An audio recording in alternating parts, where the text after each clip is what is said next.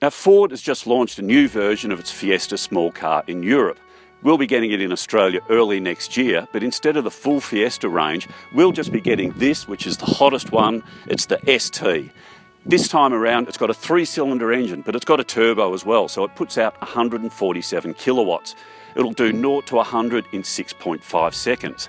We're here in the hills of southern France to give it a drive, and I don't know about you, but that all sounds like a hell of a lot of fun.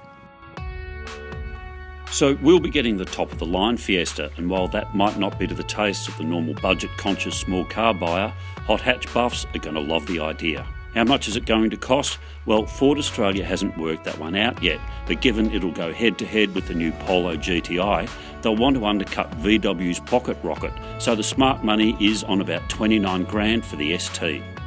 For that, you'll get a 6-speed manual gearbox with no auto option yet, the small but gutsy 3-cylinder turbo engine, possibly a limited slip differential as standard, and suspension that's been tuned for sporty handling. The ST certainly looks the goods, with enough body add-ons to lift it above the bargain basement brigade, but stops well short of being over the top.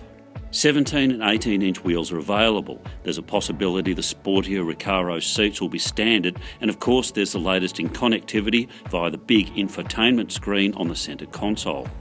Don't be fooled by the ST's small stature. Out on the road, it's destined to be a giant killer.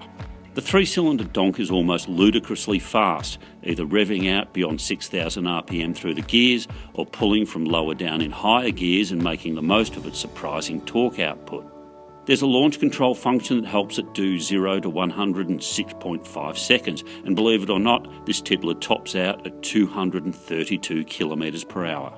That's not applicable on Oz roads obviously, but if you want to go around corners, the ST's got you covered. Ultra-sharp steering, enormous grip, especially at the front end, and added traction from the slippery diff all add up to entertainment with a capital E. All that, and it's got a reasonably sized boot and room in the back seat for 2 more passengers, who'll be even happier if Australia gets the 5-door version. Now, as far as hot hatches go, the ST really is the business. I can't believe they're going to bring it into Australia, probably for under 30 grand. The engine's a corker. It's only got 3 cylinders, but it's got as much performance as you'll ever need. There's lots of grip. It also cruises well, would you believe? It's not just a sports car. And believe me, anyone who's in the market for a hot hatch will be doing themselves a big favour if they at least go out and give it a drive.